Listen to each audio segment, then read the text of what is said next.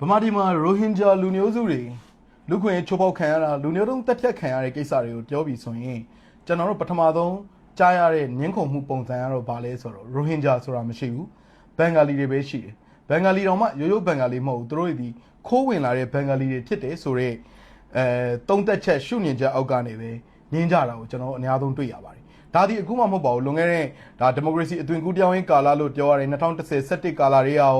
ာကျွန်တော်ကြားထဲမှာဒါ NLD အစိုးရခေတ်2015-20ကြားကာလတွေမှာရောအခုလက်ရှိမျက်မှောက်ခေတ်မနေ့တနေ့ကာလအထိဆိုပါစို့အကုန်လုံးဒီဘာနဲ့စပြောလဲဆိုတော့ငါတို့ဒီတခါမှရိုဟင်ဂျာဆိုတာမကြားဘူးငါအဖေလည်းမကြားဘူးငါအမေလည်းမကြားဘူးရိုဟင်ဂျာဆိုတာရှိရင်ငါတို့ကြားဘူးမှာဖို့ဆိုတော့တုံးသက်ချက်ကနေညှင်းခုန်ကြတော့ကျွန်တော်တွေ့ရပါတယ်အဲ့တော့လောကကြီးမှာတစုံတရာကိုခင်ဗျားတို့မသိတိုင်းအဲ့ဒါကြီးဒီမရှိတာလားအဲ့တော့မသိတိုင်းအရာရာကိုမရှိဘူးလို့သတ်မှတ်နေမယ်ဆိုရင်တော့ဒါဒီအင်မတန်ပြောရဆိုအခက်တဲ့ကိစ္စဖြစ်ပါလိမ့်မယ်အဲ့တော့ရိုဟင်ဂျာလူမျိုးစုတွေရိုဟင်ဂျာတွေရဲ့တည်ရှိမှုတမိုင်းနဲ့ပတ်သက်ပြီးပြောမယ်ဆိုရင်ကျွန်တော်တို့ဒီမှာတမိုင်းဆိုင်ရာအရာတက်တဲ့အထောက်ထားအချက်လက်ပေါင်းများစွာရှိပါတယ်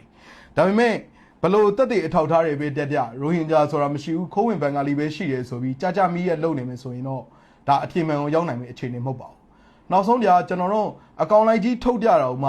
ှနော်ကိုဖင်ကိုကိုဖနှောင်းနဲ့ပိတ်ပြီးတော့မရှိပါဘူးဒါတွေကကလားတွေပါပဲဒါတွေကခိုးဝင်ဘင်္ဂါလီတွေပါပဲလို့ခင်ဗျားတို့ယူဆသုံးသပ်နေမယ်ဆိုရင်တော့ဒီဗီဒီယိုဆက်ပြီးမကြည့်လည်းဖြစ်ပါတယ်ဘာကြောင့်လဲဆိုတော့ကျွန်တော်တို့တွေရိုဟင်ဂျာဆိုတာရှိတယ်ဆိုတဲ့အထိုင်ရိုဟင်ဂျာဘာကြောင့်ရှိလဲဘယ်လိုရှိလဲဆိုတဲ့တမိုင်းအချက်လက်ပေါင်းများစွာအောင်တကဘာလုံးကလည်းသိတယ်လို့သူတည်တနာအချက်လက်ပေါင်းများစွာနဲ့လည်းတက်တည်ပြပြီးသားဖြစ်ပါတယ်အဲ့တော့ကျွန်တော်ထပ်ပြီးတော့ကျွန်တော်စုဆောင်းထားတဲ့အချက်တွေကနေဒါရိုဟင်ဂျာလူမျိုးတွေတမိုင်းသူတို့ရဲ့တည်ရှိမှုသူတို့ရဲ့အခြေခံပြဿနာတွေနဲ့ပတ်သက်ပြီးတော့လည်းအလင်းသိတယ်လို့ကျွန်တော်တင်ဆက်သွားမှာပါအခုလေခင်ဗျားတို့ကျွန်တော်ရိုဟင်ဂျာတွေနဲ့ပတ်သက်လို့ရိုဟင်ဂျာလူမျိုးတွေနဲ့ပတ်သက်လို့စာတမ်းတစ်စောင်နဲ့မိတ်ဆက်ပေးခြင်းပါတယ်ဒီစာတမ်းကတော့ရိုဟင်ဂျာလူမျိုးတွေအကြောင်းတမိုင်းကြောင်းကိုရေးထားတဲ့စာတမ်းမဟုတ်ဘူးဒါပေမဲ့ဒီစာတမ်းမှာဆက်ဆက်ပြီးရိုဟင်ဂျာတွေတည်ရှိမှုအပေါ်မှာကျွန်တော်လေ့လာသုံးသပ်လို့ရတဲ့စာတမ်းတစ်စောင်ပါစာတမ်းကတော့ဒါဆရာဦးခေတ်မောင်ညွန့်ရဲ့စာတမ်းမှာခေါင်းစဉ်ကရန်ကုန်မြို့ရှိတက္ကသိုလ်အသီးသီးမှကျောင်းသားကျောင်းသူများအကြောင်းလေ့လာချက်ဤရှေ့ပြေးစစ်တမ်းဆိုတဲ့စာတမ်းဖြစ်ပါတယ်ဒီစာတမ်းကိုကျွန်တော်တို့1968ခုနှစ်မတ်လ23ရက်နေ့မှာကျင်းပခဲ့တဲ့ဒုတိယအကြိမ်မြန်မာနိုင်ငံသုတေသနဆွေးနွေးပွဲမှာဖတ်ကြားတင်သွင်းခဲ့တဲ့စာတမ်းပဲဖြစ်ပါတယ်အဲ့တော့ပုံနှိပ်ထုတ်ဝေမှုလေးရှိပါတယ်ဒီစာတမ်းကိုဗမာပုံနှိပ်ထုတ်ဝေခဲ့လဲဆိုတော့တရားသူမြန်မာနိုင်ငံစာပေနဲ့လူမှုရေးသိပ္ပံဂျာနယ်အတွင်းနှစ်အမှတ်1ဇန်နဝါရီလ1969မှာထည့်သွင်းထုတ်ဝေခဲ့တာရှိပါတယ်စာတမ်းရဲ့အကြောင်းအရာဘာလဲဆိုတော့အဲ့ဒီ1965နဲ့66ခုနှစ်မှာဒီဗမာပြည်ရန်ကုန်မြို့မှာရှိနေတဲ့ကျွန်တော်အစိမ့်နဲ့ပညာလို့ပြောရတဲ့တက္ကသိုလ်ပညာရက်တွေပေါ့ဗျာစီးပွားရေးပညာစီးပွားရေးနောက်ပညာရေးနဲ့စက်မှုတက္ကသိုလ်ပေါ့စီးပွားရေးတက္ကသိုလ်ပညာရေးတက္ကသိုလ်စက်မှုတက္ကသိုလ်တွေမှာတက်နေတဲ့ကျောင်းသားကျောင်းသူတွေရဲ့စီးပွားရေးပညာရေးကျန်းမာရေးအခြေအနေတွေကိုစည်ရင်အင်းနည်းပညာနဲ့စစ်စစ်ပြီးတော့နှိုင်းယှဉ်လေ့လာသုံးသပ်ထားတဲ့စာတမ်းပဲဖြစ်ပါတယ်အဲ့တော့ဒီ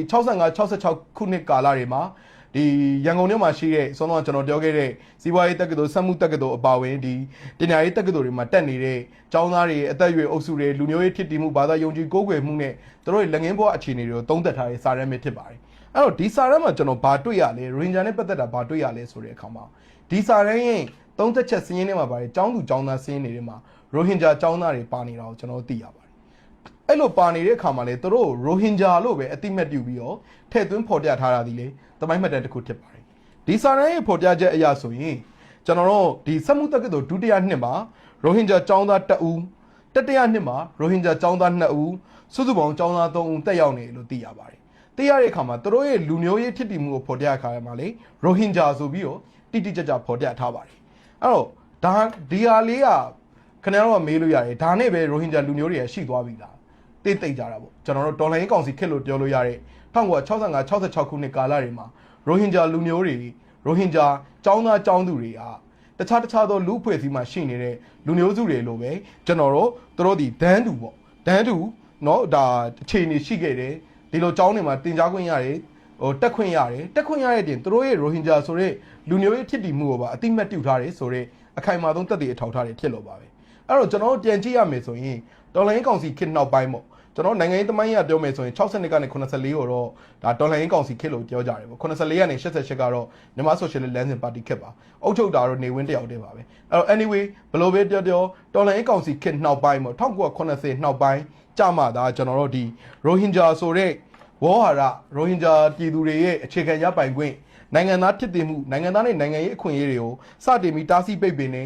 အောက်တစ်ထည်နဲ့ကျွန်တော်တို့အတင်ရဲလာပြီးတော့နေရက်ကနေမောင်းနေထုတ်တယ်ဒီရိုဟင်ဂျာလူမျိုးတွေကိုခိုးဝင်ဘင်္ဂါလီအဖြစ်သတ်မှတ်တယ်တရားမဝင်နိုင်ငံသားရဲ့အဖြစ်သတ်မှတ်တယ်စောစောကပြောခဲ့သလိုပဲမောင်းနေထုတ်မှုတွေအစုလိုက်တုံလိုက်တက်ဖြတ်မှုတွေရွာမီးရှုံမှုတွေကိုကျွန်တော်တို့ဒါဗမာပြည်သမိုင်း250အတွင်းမှာဘယ်သမိုင်းစက်ရုပ်ကဲသမိုင်းနေရာဘယ်နေရာကိုပဲလှန်ကြည့်ခဏတော့တွေ့ရမှာပါပဲအဲ့တော့ဒီနေရာမှာကျွန်တော်တို့ထပ်ပြောရမယ့်ကိစ္စဟာဒီလက်ရှိဗမာပြည်မှာဖြစ်နေတဲ့ရိုဟင်ဂျာလူမျိုးတွေပေါ်မှာတက်ဖြတ်နေတဲ့လူမျိုးတုံးတက်ဖြတ်မှုဖြစ်စဉ်ကြီးဆိုတာကဘာပေါ်မှာရှိတဲ့အင်မတန်ရှယ်လျားတဲ့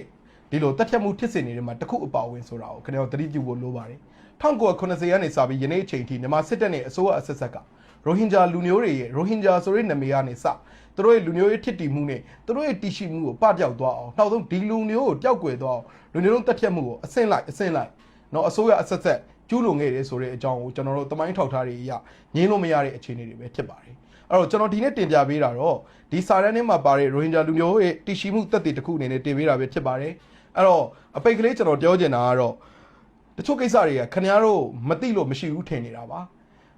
သိအောင်လုပ်ကြပါသိအောင်ဘယ်လိုလုပ်ရမလဲခင်ဗျားတို့ရဲ့အသိဉာဏ်မုတ်ကုတ်ဆက်ဝင်ကိုချဲ့ထွင်းကြပါအသိဉာဏ်မုတ်ကုတ်ဆက်ဝင်ကိုချဲ့ထွင်းပြီးတော့လူသားချင်းဆိုတဲ့အနေပေါ်မှာအခြေခံပြီးတော့တမိုင်းအချက်လက်တွေကိုဘာအစွမ်းမပါတဲ့စိတ်ရင်းတွေပဲတစ်ချက်ကြည့်ရင်ဘာမှဒီမှာရိုဟင်ဂျာပြဿနာကိုဖြေရှင်းဖို့အတွက်ခရီးတစ်ခုအတော်ပေါက်လာပြီလို့ပြောရင်းနဲ့ပဲကျွန်တော်ညီကုန်းချုပ်လိုက်ပါတယ်အားလုံးကိုကျေးဇူးတင်ပါတယ်ခင်ဗျ